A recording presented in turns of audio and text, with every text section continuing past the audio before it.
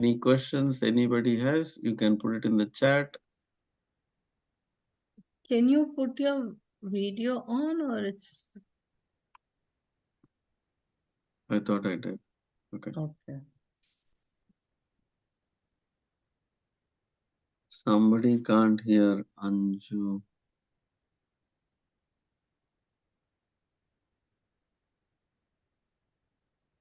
She's not able to hear, it seems. Is it okay?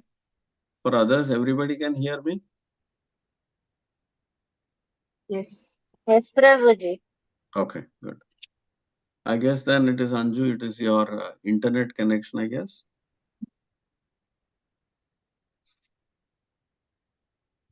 Okay. So the topic here is Guru, which is very famous. All of us are familiar. Nowadays, even in the Western world, this Guru has become an English term. If you are expert in anything, they call you Guru. So it is very common in the IT sector. He is a Python Guru. Everybody says, like, Guru has become a synonymous term to several things which are basically means that he's expert in something, then he's called a guru. So the entire world has come to terms to accept this guru, but most of the time this guru has a negative connotation because people have all sorts of ideas what this guru is supposed to be. So why do we need a guru? That's what we were discussing last time. So it is only for one single purpose, which should be to take us back to the spiritual world.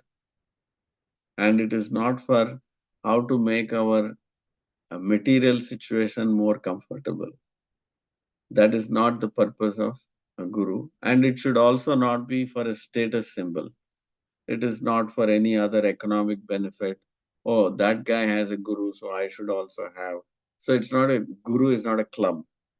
You join that club, then we all have one status. So these are all not the reasons why you should have a guru.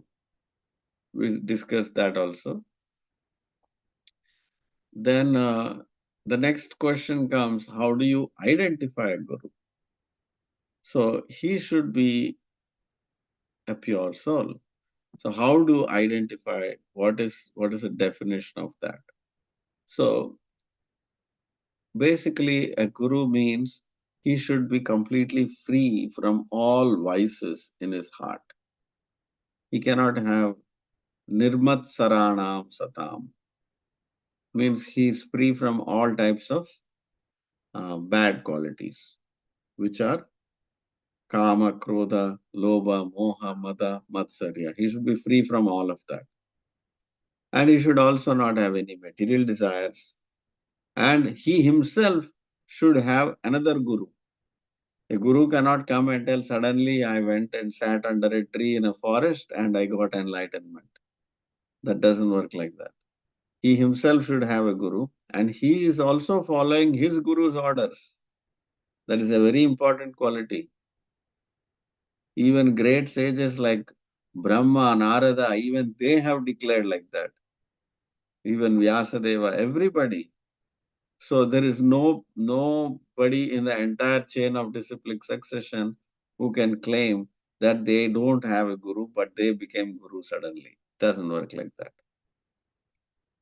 And they are strictly following exactly what Krishna is saying.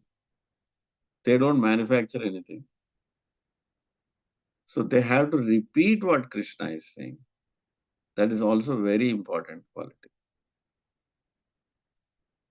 Did I change this slide? Yeah, I did not change. I don't have the thing to change. Okay.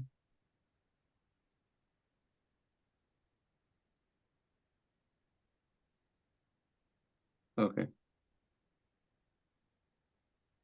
So today, especially in the social media world, people are more interested in how many clicks this guy has, how many followers he has on social media, how much popularity he has, or he has some mystic powers?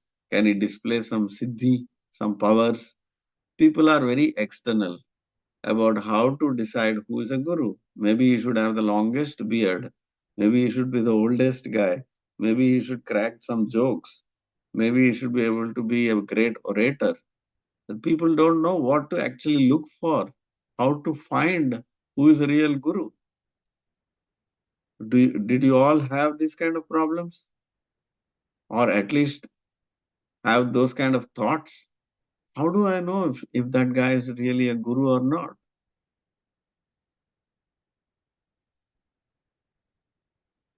So anyway, what scripture says, there are varieties of gurus. So these are the highlighted ones, are the major ones which Prabhupada talks about in the scriptures.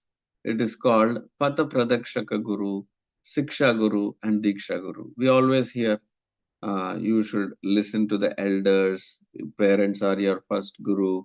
All that is true. But they have a limited purpose, meaning they can only take you to so much in your life, which is called guidance. They can guide you to a particular path and a guru, but they cannot be a deliverer. So and then of course, to identify the guru, these are the three major qualities, Uttamadhikari, Madhyamadhikari, and Kanishtadhikari. That's the topic we'll discuss today.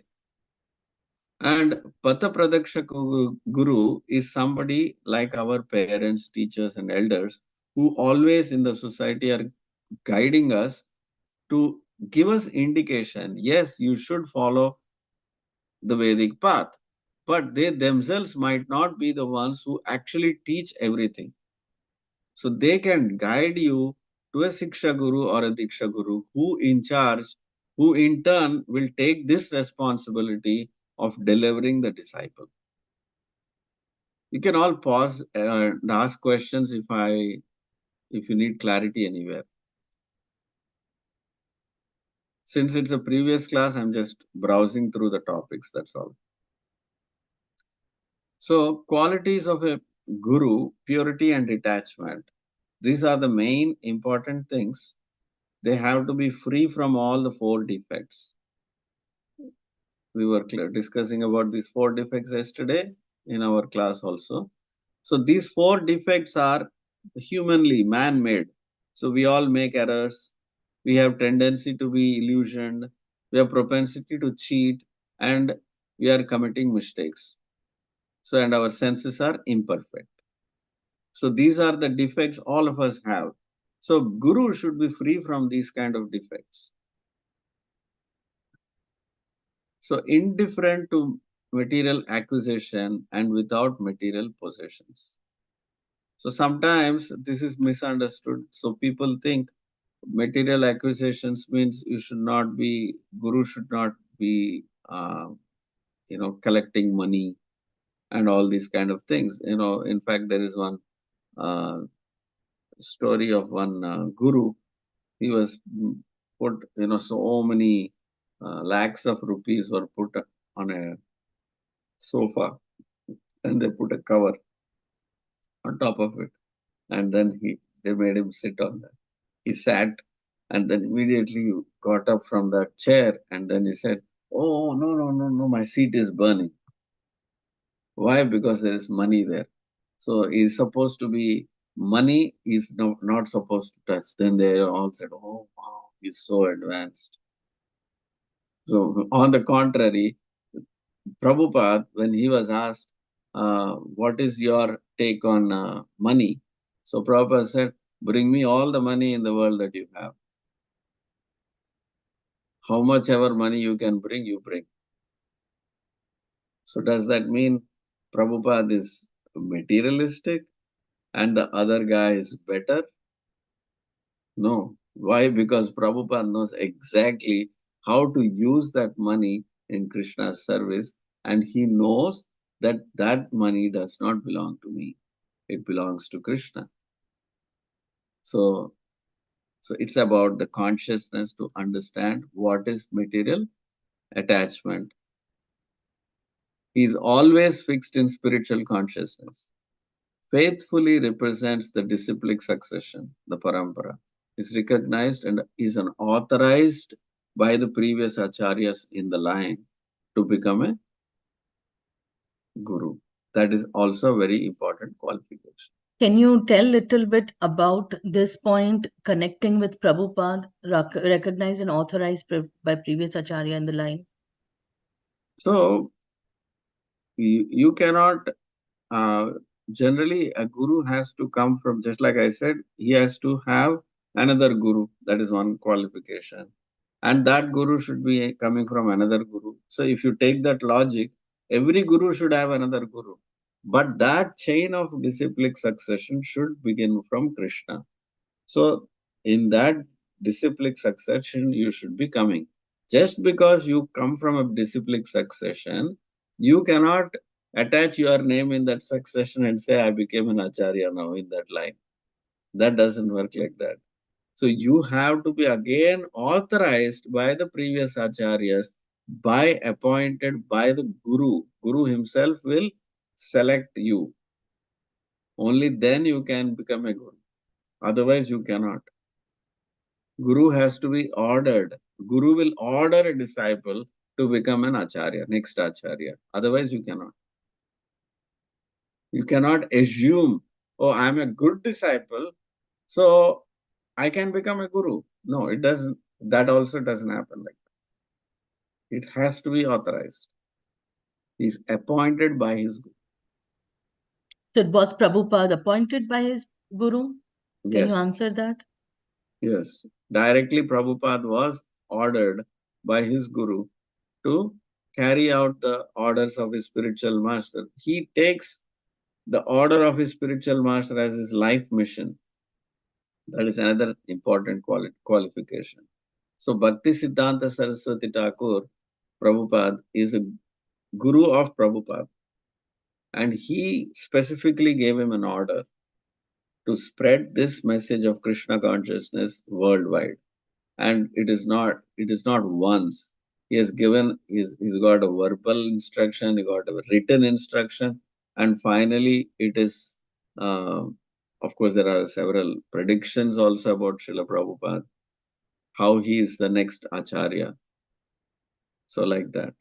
Also, he was also, when Prabhupada's guru, Bhakti Siddhanta Saraswati Maharaj, when he was leaving, at that time, when he wanted his successor, that time they all told him that, to make one person as a successor. He said that the next successor will automatically be A self-effulgent self-effulgent. Acharya. He will be a self-effulgent Acharya. And that is how we understand that Prabhupada was authorized by, because there was nobody like Prabhupada and he was a self-effulgent Acharya. And so he is authorized by his guru in that sense. Yeah. So what should actually a guru do for you? These are the three things guru has to do for you. Now you can say, I have a guru. Oh, I have this one as a guru, or that one as a guru. Oh, this is coming from my caste, from my community. He's been a guru for all our family members. These are not the considerations. So if you have a guru, the guru should be able to do these three things. Please remember or memorize this, put it in your brain somewhere. These three things the guru has to do for you. What are the three things? He should be able to absorb your karma. He should be able to transmit Divya Gyan or transcendental knowledge to you at any point of time. Based on, of course, you have to be a good disciple to receive all this. He should be able to deliver you back to Krishna, to Vaikuntha Loka. If these three things he cannot do, he cannot be a guru. So you have to ask whoever says, I am your guru, you should ask, can you do these three things for me? Of course, people can cheat and they say, yeah, I can do for you. But you should also know how to recognize these. That's why we are talking about the next three qualities, which we will make it more clear. రేపు so ఒక్కసారి తెలుగులో చెప్పరా 3 qualities? 3 qualities. ఒకటి గురువు అంటే మీకు మీ కర్మని ఆయన అబ్జర్వ్ చేసుకోవాలి. మీ కర్మలన్నిటిని అతను తీసుకోగలగాలి. ఆ! సెకండ్, మీకు దివ్య జ్ఞానం మీ హృదయంలో ఎప్పుడూ ప్రకాశం అయ్యేటట్టు అతను మీకు ఇవ్వగలగాలి. ఓకే. మూడోది యాక్చువల్‌గా మిమ్మల్ని కృష్ణుడి దగ్గరికి చేర్చగలిగే శక్తి అతనికుండాలి. అంటే పర్సనల్‌గా మీ ఆత్మని కృష్ణుడి చేతిలో పెట్టే శక్తి అతనికుండాలి. క్వాలిటీ. ఈ 3 చేయాలి. ఓకే ప్రభు. థ్యాంక్ యూ సో ప్రభు. ఓకే. సో ఇస్కాన్‌లో మనం అందరం ప్రచారం చేస్తాం. సో అందరూ కొంతమంది బాగా ప్రచారం చేస్తున్నాం కాబట్టి, ఓహ్! మీరే మా గురువు అంటారు. నో. ఇస్కాన్‌లో మీ అందరూ చేసే పని ఏంటి అంటే అందరిని ప్రభుపాద్ దగ్గరికి తీసుకొస్తున్నాం అంతే. ఈ 3 అవును ప్రభు. చేసేది ప్రభుపాద్ ఈ 3 మనకి చేస్తున్నారు. ఇప్పుడు దీనికి హెచ్కేఎంకి దానికి తేడా అదే కదా ప్రభు. అక్కడే కదా వాళ్ళేమో గురు పరంపర ఫాలో అవుతున్నారు. మన వాళ్ళేమో ప్రభుపాద్నే గురువుగా చెప్తారు. అదేనా హెచ్‌కేఎం కూడా ప్రభు అదే తేడా? చెప్తారు. ఇస్కాన్ వాళ్ళు మరి ఇప్పుడు వాళ్ళకి రాధానాథ్ స్వామిని, జయపతాక స్వామి అని వాళ్ళ గురువుస్ ఉన్నారు. వాళ్ళ గురువుగా వాళ్ళు అంటున్నారు కదా అది. ఆ! అది ఇట్స్ ఎ క్వెషన్ మార్క్. వాళ్ళకి ఎక్కడి నుంచి వచ్చింది ఆ అథారిటీ? ఎవరు అపాయింట్ చేశారు? ఓకే. ఓటింగ్. సో వాళ్ళ లాజిక్ ఏంటి అంటే జీబీసీ ప్రభుపాద్ అపాయింట్ చేశారు కాబట్టి జీబీసీ చెప్పినట్టు మనం పాటిస్తే ప్రభుపాదిని పాటించినట్టే. సో జీబీసీలో వాళ్ళేమో ఒక ఎలక్షన్ పెట్టి పలానా పర్సన్ గురువు అయిపోవచ్చు అని జీబీసీ చెప్తున్నారు కాబట్టి మేము జీబీసీని ఫాలో అవుతున్నాము. జీబీసీ ప్రకారం మేమంతా గురువులం కాబట్టి మేము కూడా ఆథరైజ్డే అని వాళ్ళు చెప్తున్నారు. బట్ ఎక్కడ వాళ్ళు ప్రభుపాద్ అలా జీబీసీకి అలాంటి హక్కు ఇవ్వలేదు. ఇవ్వలేదని లెటర్ కూడా ఉంది అని లెటర్ చెప్పి కూడా మన వీళ్ళు అది. చెప్తారు. ఆ! సో జీబీసీకి ఉన్న హక్కు ఏంటి అంటే ఇస్కాన్ సంస్థని బాగా మేనేజ్ చేయండి అన్నంత వరకే వాళ్ళకి ఆ హక్కు ఇచ్చారు. మేనేజ్మెంట్ రూపంలో వాళ్ళకి హైయెస్ట్ అథారిటీ ఇచ్చారు. ఆ మేనేజ్మెంట్‌లో గురువుని అపాయింట్ చేసే హక్కు లేదు. అది. అక్కడ కాంట్రోవర్సీ ఉందన్నమాట. అదే ఆ చిన్న పాయింట్ కోసం ఆ! ఆ చిన్న పాయింట్ దగ్గర. ఆ చిన్న పాయింట్ కాదు కదా! శిష్యుల లైఫ్‌లో గురువే ప్రాముఖ్యమైనది. అవును. ఆ ఒక్క పాయింటే ఆ మిగతా అన్ని పాయింట్‌లకి దారి లింక్. తీస్తుంది కాబట్టి. యెస్. అవును. హ్మ్. Yesterday we were talking, no, the first point, if you do wrong, then continuously everything, it becomes like that, it falls in Correct. the same way. So there we have to make this very important is the guru issue, and that is why we have taken this as the first point of discussion when we are starting the classes, because we want all of you to understand what is Prabhupada's position in all of our lives. That is the main reason why we are talking about this. So ఇది అర్థమైంది కదా? सबको ये समझ में आया? ये बहुत इंपॉर्टेंट पॉइंट है कि 3 चीजें जो गुरु को करनी है हमारे लिए। एक है हमारे सारे कर्मों को एब्जॉर्ब करना, हमें कंटिन्यूअसली दिव्य ज्ञान देना, और तीसरा है हमारी जो आत्मा है, मेरी और आपकी जो आत्मा है, उसको भगवान के पास हाथ में देना। ये 3 चीजें गुरु का काम है। It's clear, Mataji. हाँ, It's okay. clear. Yeah, please. Yeah, thank you. So next is, how can you identify who is an acharya? So first is, the acharya himself should come from the unbroken chain of disciplic succession starting from Krishna. I hope this is clear. The first point. And the second point is, he should be able to present a natural commentary on the Vedanta Sutra. Bhagavatam is also considered a natural commentary on the Vedanta Sutra, this Bhagavatam. So either they should be able to write their own commentary on Vedanta Sutra or on Bhagavatam.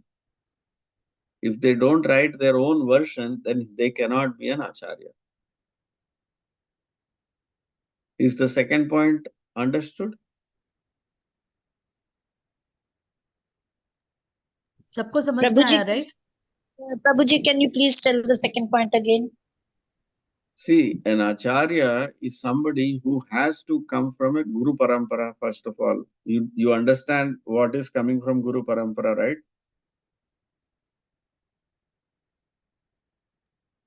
Yes, Prabhuji. Okay.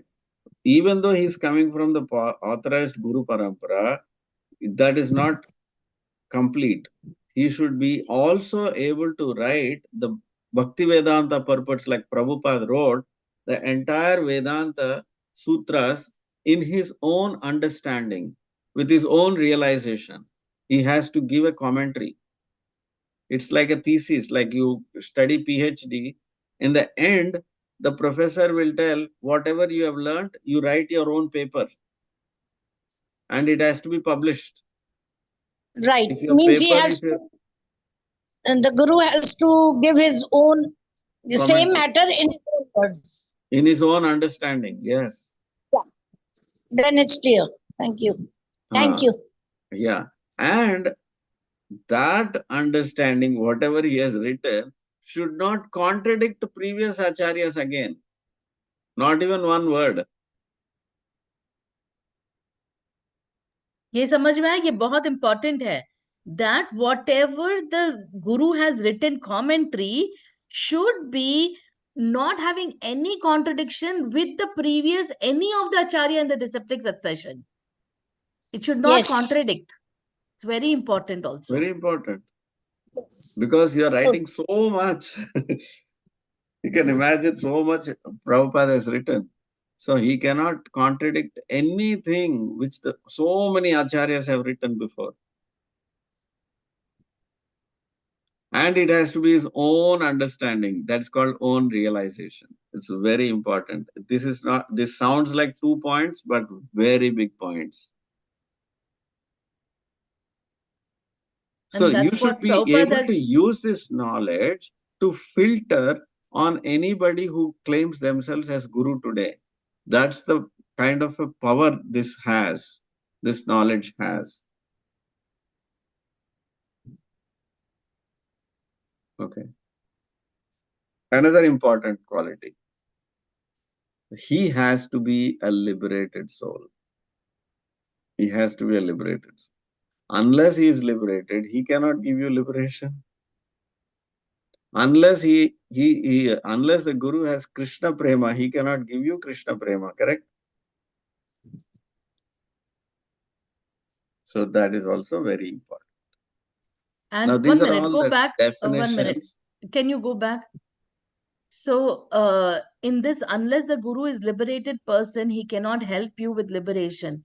For this, we have seen Prabhupada exhibiting his liberation qualities to us.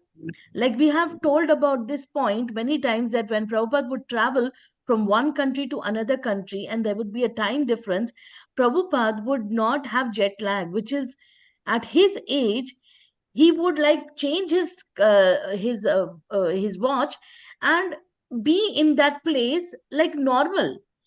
Okay, so if he was liberated, and in the condition that he also left his body, it is very, very difficult for somebody to not cry in agony. But he was liberated. So these are the things which not only these are so many. I'm just giving an example that how Prabhupada exhibited his being liberated. And Krishna Prema, he had Krishna Prema because continuously he was only preaching. You cannot do this about Krishna, nothing else. 24/7 without a break. All his sleep hours and wakeful hours, he was always absorbed in Krishna Prema. So these are the we have seen these in Prabhupada, and that's why he is a liberated person, and that is the reason we are telling that he is a pure devotee and he is a correct guru. Now, these are all the definitions which are, I just collected few of them from the Bhagavad Gita and Bhagavatam, which describe a liberated soul. So these are all beautiful slokas. You can go to each sloka. I have put them in the slides. You can go to each sloka and memorize each sloka and find out how Krishna is explaining what are the qualities of this liberated soul. So you can see that they are always in Brahmabhuta platform. They are not on material consciousness like us. So that is a necessary quality, always Brahmanishtam. Stotriyam Brahmanishtam. You have to hear from a liberated soul who is in Brahmanishta. Brahmanishta means not on mental platform, not even on, of course, definitely not on bodily platform, not even on mental platform, not even on intellectual platform. They are in Brahmanishtam. So, like that, these are all the qualities. Akinchana Gochara. He does not have anything. There are no material possessions in his heart. So, these are all the beautiful descriptions. Now, we'll go to the topic of today, which is what is a Kanishta Adhikari, Madhyam Adhikari, and Uttam Adhikari. As we progress in our life as devotees, we also go through these stages. So these are three broad categories. So Kanishta Adhikari, Madhyam Adhikari, Uttam Adhikari. How to identify qualities? I've written few. First is about faith. How is the faith of these devotees? Generally, in the beginning, this Kanishta Adhikari, they have faith, but it is weak. And they also have material desires. And Madhyam Adhikari faith is strong, but is not still perfect. Still, yes, he has to overcome material desires. Uttam Adhikari is pure, unwavering faith in Krishna. That is very important. And then next is, he focuses, Kanishta Adhikari focuses mainly on rituals and deity worship. This is very, very, very important to know. He cannot do, for him, outside this, if he breaks the rituals, he gets disturbed. In fact, there is a place, a time when there was one, Prabhupada used to also visit people's houses. There was one time, Prabhupada was taken to this one donor's house, rich guy. So they informed Prabhupada has come. Then they said, tell Prabhupada to wait. He said, why? Because that person is doing puja. He's doing puja in his house. So unless he finishes the puja, he can't come out and greet Prabhupada. But that person, because he's definitely in a Kanishta Adhikari, he is a neophyte, he does not know that God himself can come as a spiritual master to your house. Then you don't know where to actually do your worship. He's stuck with his rituals only. He has not graduated. He has not learned more than that. Of course, Prabhupada didn't complain. He just patiently waited. That was a different thing. The point is, Kanishta Adhikaris do not have a deeper understanding of scriptures. They do not have. So, Madhyam Adhikaris, they know they can discriminate between devotees and non-devotees and atheists. They know very clearly. And Uttam Adhikari, he sees Krishna everywhere in everything. Now, Kanishta Adhikari, like I said, he does not have deep understanding in scriptures. Madhyam Adhikari has deep knowledge in scriptures and he also applies it in his daily life. But Uttam Adhikari, the difference is fully realized. All the scriptures are realized as live examples for him. For him, he doesn't have to memorize anything. That is his belief. It has become his belief system. For us, it is not.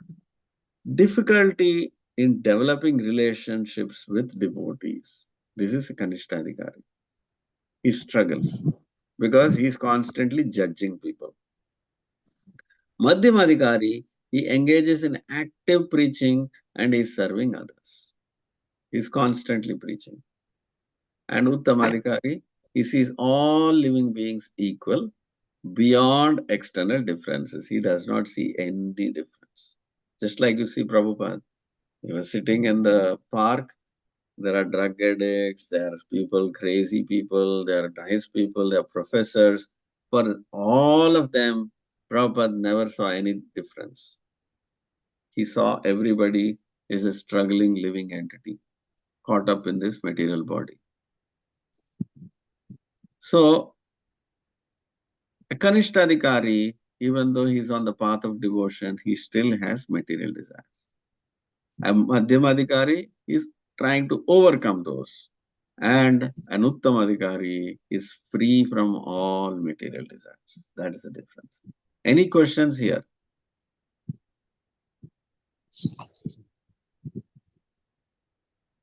Okay. I want to say something. Sure. So the goal of this this thing, what Prabhu is trying to explain to us is to try to understand where we are, one. Number two, where we want to go. Because you can see what is it that we should be aiming for. And this chart is going to help us. So if we have pride, if we have, material attachments, yeah, okay, we are still following. So we are chanting Hare Krishna. That chanting of Hare Krishna is going to purify us, and that purification will make us come to the Madhyamadhikari level. We should try to come as quickly as possible to Madhyamadhikari level at least. Of course, pure Uttamadhikari is very difficult, but Prabhupada says that we can become. He wants us to work on ourselves. Just because we are chanting, we don't become, complacent. Oh, I'm doing this, I can only do this much. No, we should work on ourselves. Just like when we tell our kids, your child can get 75%. What will you tell? You can get 75%. Why don't you aim for 80% or 90%? That is how we tell to our kids, right? So, in the same way, we should do that for ourselves. If you can be in Kanishta Adhikari is also very good, because this guy has faith at least he's chanting. So don't see that you are in Kanishta. If like I am in Kanishta Adhikari, I'm feeling, so I feel that I should not feel let down that, oh, I am only over here, this chart is showing. Doesn't matter. At least I am here, at least I am in the chart. Think like that, act positively, and act in such a way that we want to become better and better, and work on ourselves, and just chant very nicely. If we chant very nicely, all the misgivings, these things that we have accumulated in our heart, they will all vanish. Sometimes it will take time, sometimes it is fast. So we just have to keep on doing that. I just wanted to add that point. Good point. So how do you interact with these three types of devotees? This is called Vaishnava etiquette. Just like how you in the material world also, you deal with people, different people in different way.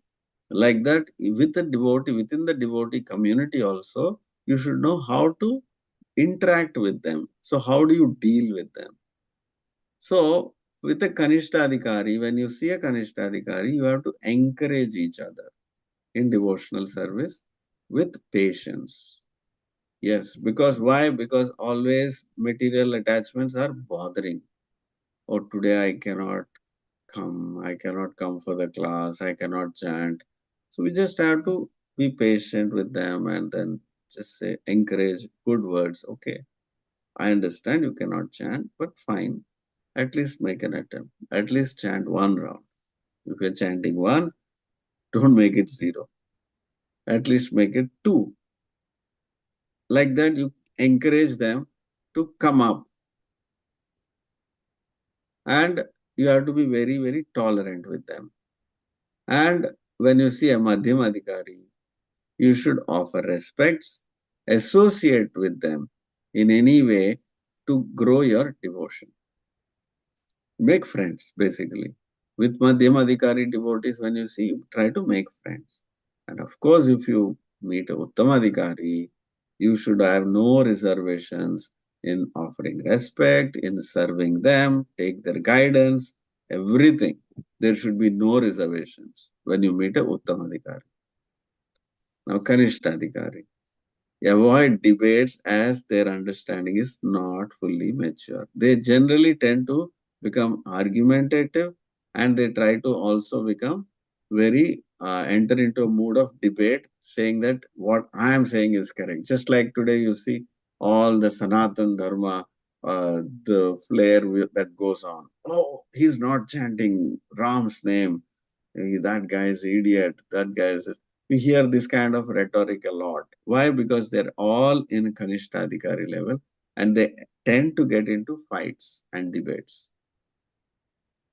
What I'm saying is right, the others are wrong. Like that kind of a attitude, because they don't have deep scriptural understanding. They're sentimental. So we should not remain at that level, and you should not also engage in debates. And of course, when you engage with the Madhyamadhikari, the discussion always gets deeper, because they have deeper insights to share, and they are really fixed up in their devotion. Whereas if you meet a Uttamadhikari, of course, the story is very different. Why? Because they can give you the best association without, of course, you should not offend them. That is not good for you, because you are going to stop whatever they are going to give it to you. So you should learn how to. In fact, Uttamadhikari, when you meet, it says, Pada Rajobhishekam. Take their dust and take Abhishekam. Like Abhishekam means roll in the dust of that pure devotee. To that much level, you should associate with them. So, with a Kanishtadhikari, like again, you have to be patient with them, patient with their mistakes, you have to be gentle, you should be able to guide them. And for a Madhyamadhikari, you show genuine friendship and learning attitude, because that will foster good relationships. And for a Uttamadhikari, you can blindly, the scripture says, you can blindly follow them. If you find a Uttamadhikari, you can blindly follow them, because whatever they do, if you follow in their footsteps, it is guaranteed you will get mukti. There's no question about it. Any questions here?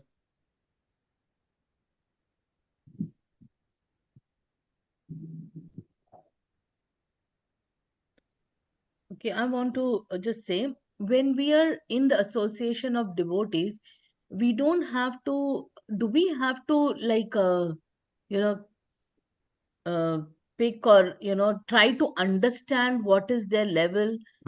Judge. You should not Yeah, judge. You should yeah. not be judging devotees. Okay, what she's trying to ask, moment you meet a devotee, now you start putting a label. Okay, can I put this label on him? He's Kanishtadhikari, he's Madhyamadhikari, he's Uttamadhikari. That's what she's asking. No, that's not your business to judge anybody.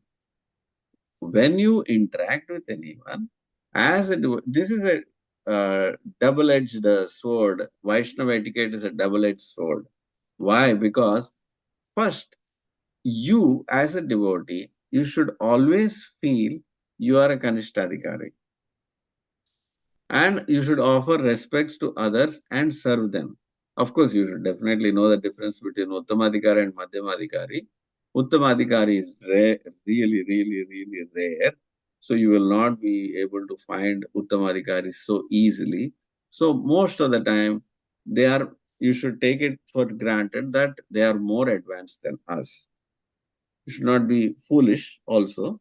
If you can grossly see how they are materially attached, then you should know they are Kanishtadhikaris, and how much to associate with such people you should know. you don't become overly friendly.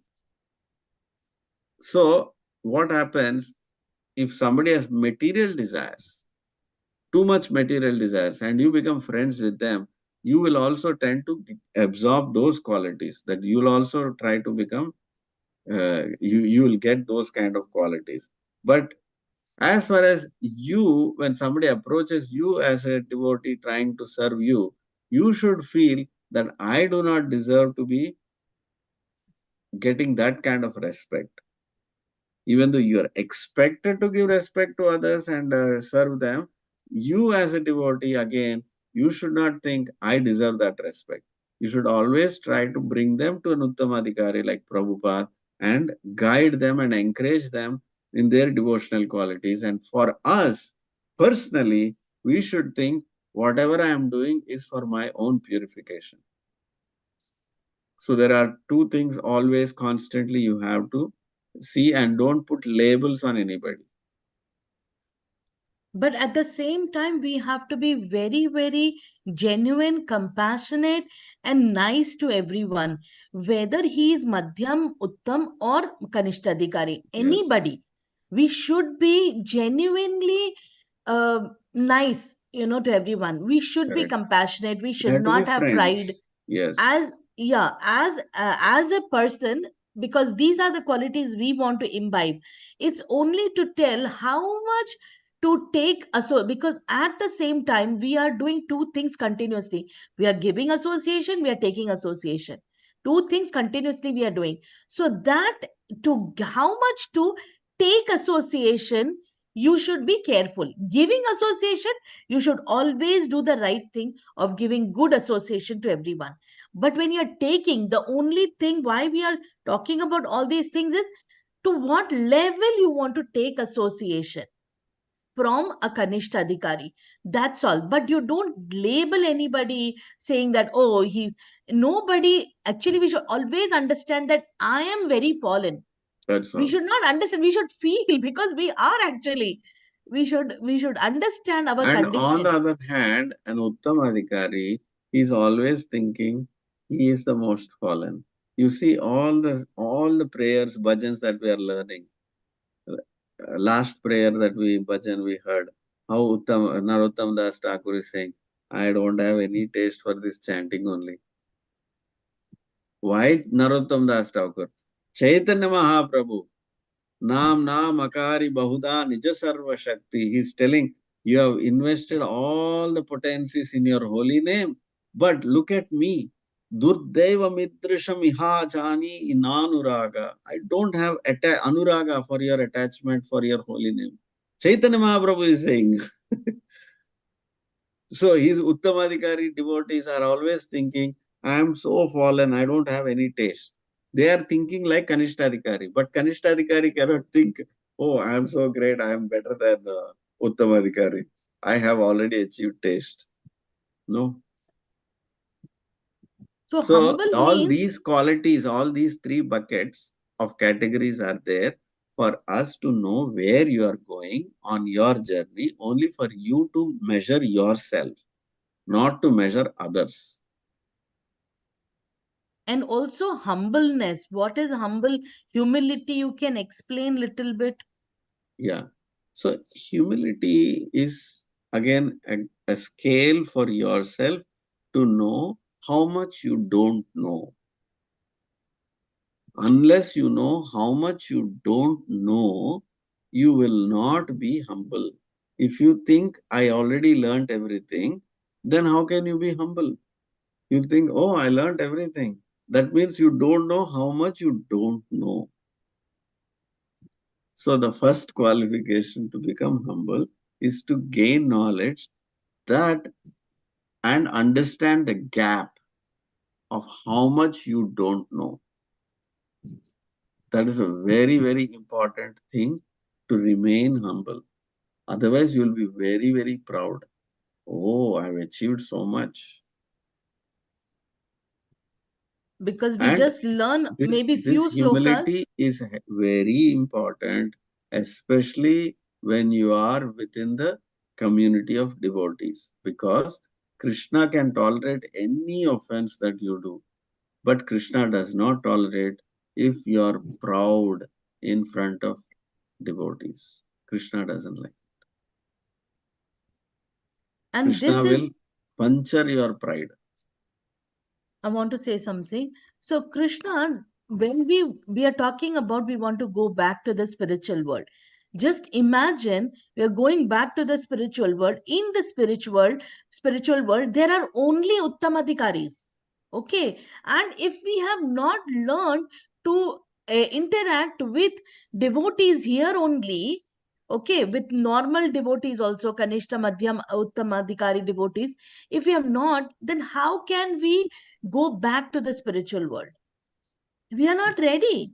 So that is why it is very, very imperative. It is very important that we learn how to behave amongst devotees. Very important. It's a quality which we have to learn, because that is going to be very, very important for us to deal with pure devotees when we go back to the spiritual world. Because you should think that I am going back. If you have a doubt that you're going back or not, that is a big thing that, you should first of all be sure I am going back to the spiritual world. So whatever I have to learn, let me learn here, practice here. Not first you have to learn and you have to practice it here, and then you will also practice in the spiritual world. So this is a place for us to practice world, for us Krishna has made, so that we perfect it here and then we will go back to the spiritual world. Okay. Right. So I have few more. Now the next is the lifestyle of these three types of devotees. So Kanishta Adhikari, primarily he is only practicing rituals because he does not have deeper understanding. Whatever he is doing is like rituals. But for a Madhyamadhikari, it's beyond rituals. It is a sadhana for his purification. He is completely fixed up in doing that. And of course, Uttamadhikari is beyond rules, and with his, it is called Raghanuga Bhakti. Spontaneously, he is worshipping the Lord with pure love. That is what Uttamadhikari is doing. And for a Kanishta Adhikari, he is always struggling to balance between material life and spiritual life. It's called Utsaha Taranga.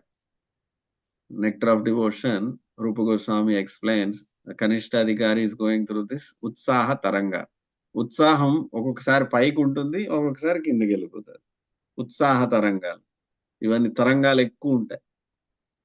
But మధ్యమ అధికారికి ఆ తరంగాలు తగ్గిపోతాయి. ఆ తరంగాలు ఉన్నా లేకపోయినా he does not bother him. He is engaged in his spiritual activity no matter what. But for a Uttama Adhikari, there is no question of outside engagement. He is only engaged in Krishna's service and is totally detached for material activities. And for Kanishta Adhikari, he may prioritize personal comfort over service. For him, more important it is his personal comfort than service to Krishna. That is very significant for a Kanishta Adhikari's life. Unless certain qualities, everything according to his material comfort, if it is not there, he cannot serve. Madhyam Adhikari, he does not. He prioritizes service over everything else. And he is always helping others grow. He is a true Brahmana.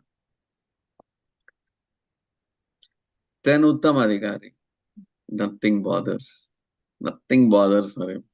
Like Madhavendra Puri, who is a great devotee in our line of acharyas, we see he is so much absorbed in bhajana, Krishna bhajana, serving Krishna, that he does not even want to be disturbed for moving to go and pass urine and stool, because that is a disturbance. So he would, wherever he would sit, there only he would pass urine and stool also. But because he's so much absorbed in Krishna Seva, even his urine and stool was fragrant. It is not foul smell. So he had a disciple who would actually clean him up, just like you clean up children. Like that, he would clean him up. His name was Ishwarpuri. In fact, Krishna liked him so much, Krishna decided to accept Ishwarpuri as his own guru. So Ishwarpuri's disciple is Sri Chaitanya Mahaprabhu. So Chaitanya Mahaprabhu accepted him as his own guru because they are so much absorbed in serving Krishna. There is no question of personal discomfort. There is nothing like that. Just like Prabhupada. Just now Aruna was saying how Prabhupada was not looking for any comfort, material comfort. However discomfort it is for him, for his only priority is to serve Krishna, no matter what day of the time, night of the time, whatever it is. He was constantly absorbed in writing his Bhaktivedanta purports because he knew how much ever he can spend time with people, that will be very little. But if he presents the Bhagavatam in his written form, it is timeless. Anybody can get advantage, take advantage. For the next 10,000 years, those are the law books that Srila Prabhupada had given. We all get connected to that. So that's how these devotees' life is connected. And again, the last point I have here is the vision. The vision of the Kanishtadhikari, he can only see Krishna only in the deity form. He's in the temple. So outside the temple, Krishna is not there. So that is why you see lots of fights. People think, oh my God, my temple, very important to me. But they cannot see beyond that. Madhyamadhikari is definitely not. He sees Krishna and the God in the deities and devotees, and he also tries to help and uplift others. Whereas Uttamadhikari, there is no distinction. He sees everything Pandita Samadarshinaha. He sees everything, every living entity, including animals, plants, everything as equal. There is no distinction. In fact, for preaching purposes, Uttamadhikari has to come down to a Madhyamadhikari to preach. Otherwise, he will see everybody as a devotee of Krishna and he cannot preach. So an Uttamadhikari sometimes has to come down to a Madhyamadhikari level to preach. Otherwise, he cannot see these people are without distinction. If you don't make distinction, you cannot preach. Uttamadhikari is absorbed just like all these great devotees. They don't see any reason for doing any prachar work like that because they're absorbed in Krishna always. But for preaching purposes, you have to make the discrimination. You have to tell you're a fool. You better learn. If you don't tell like that, then you cannot teach. So it does not mean Uttamadhikari lost his vision. No. He's doing the seva like that. So, and I have one last point, one more slide. So Guru, Sadhu and Shastra have to be aligned all through.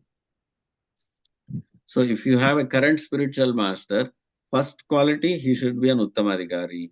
He also should be an Acharya who has read the Vedas and the Vedanta Sutra. And he should be aligning with the previous Acharyas. And all this has to be aligned with the Vedic literature. All three has to be in a one straight line. All 3 points, if you join, they have to align. Otherwise, you have not found a real guru. So I'll stop here. Any questions I can take? One point you forgot to mention, we discussed that we will talk. That the Lord in the heart, Chaitya Guru, you want to tell one sentence about that? We forgot. I think you didn't tell that. Yeah, here what happens, here there are different types of gurus I was telling. In this, there is a fourth category called Chaitya Guru. Chaitya Guru means the Lord in the heart is your actual guru. Because we are not able to hear Paramatma in our heart as our guru, so Paramatma, the Lord in the heart, is very kind. He comes outside and he becomes manifest. So he becomes Chaitya Guru.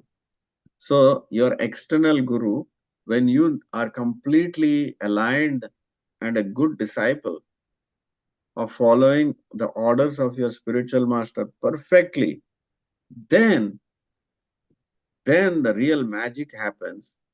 We were talking about how your Guru is transmitting Divya Gyan. You remember? The second point, this point becomes come to life, meaning that external Guru, like Prabhupada, when you are following his instructions, then those instructions are directly resonated in your heart by the Paramatma as Chaitya Guru. In the heart, the Lord directs you step by step. So there is no difference. So it is so important to choose a Guru.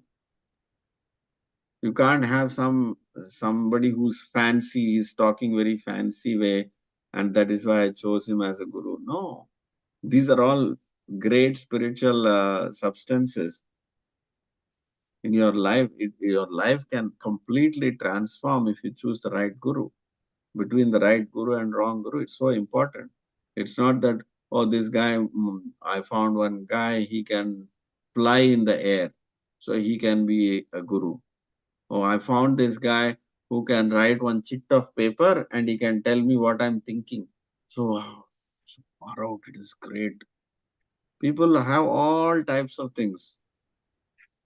They I'd can like read to my say, mind. People don't know how to choose a Guru. So this Chaitya Guru, the originally Krishna is the only Guru. Krishnam Vande Jagat Guru.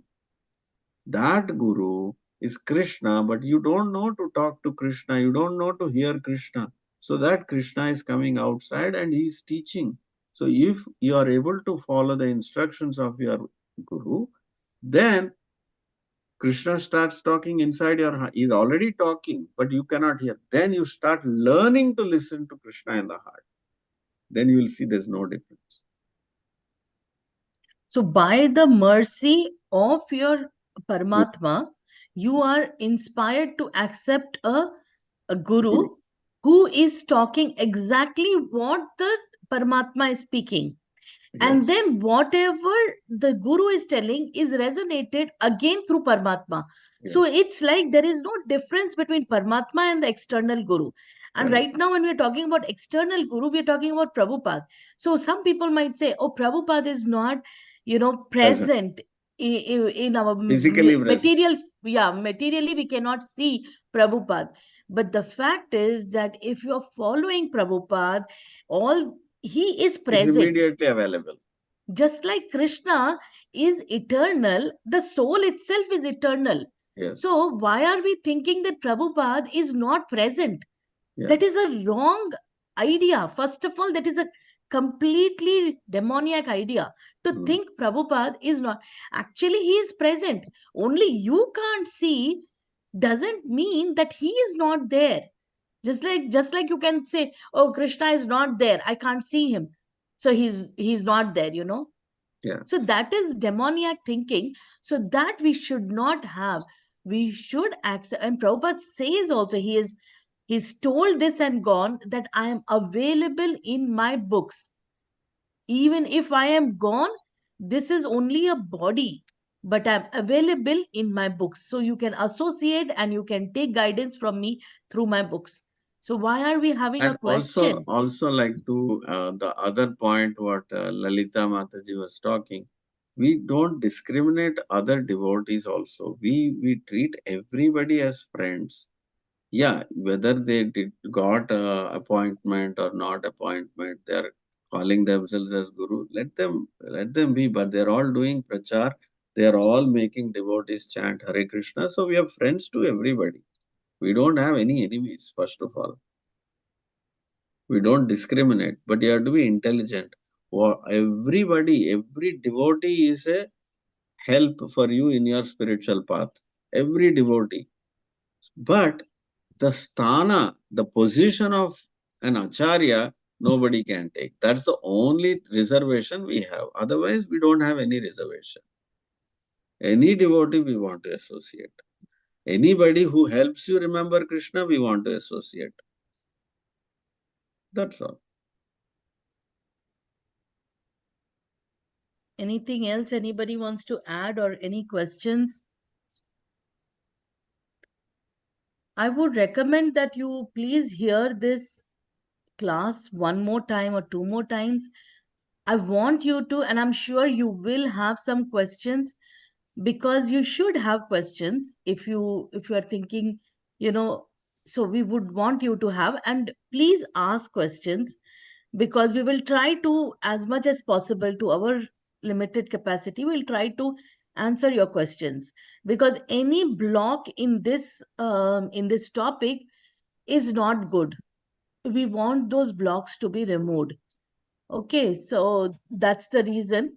I think with this we have finished this topic, unless we think that there is something else which we would like to share on this topic. There is only, if somebody is interested, I can share all the references with the slokas where Krishna says how you should approach a spiritual master. Like, for example, Tadvidi Pranipatena Pariprashnena Sevaya Why? Upadekshante Jnanam Jnaninas Tattvadarshinaha.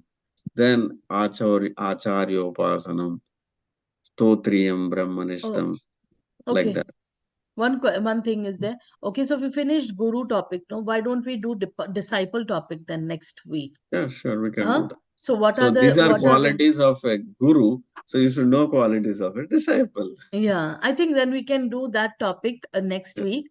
So we continue. And anybody has any questions on Guru topic also, we would like to talk about that, so that, you know, there is no misunderstanding, or if we have spoken anything which is, you know, hurting you or anything, we're sorry. Our goal is not to hurt anyone. So, okay. So we'll meet again tomorrow, next week, or next Sunday, on the same time, and we'll discuss about disciples. Okay. So we stop here. Any other questions? Saturday we have a Mally- bhajan. Hare Krishna. Saturday we will have the bhajan class. Yeah. Yeah. Saturday we'll have. Sunday we'll have this class. Somebody had a Yeah. question. Yeah. Somebody was saying something.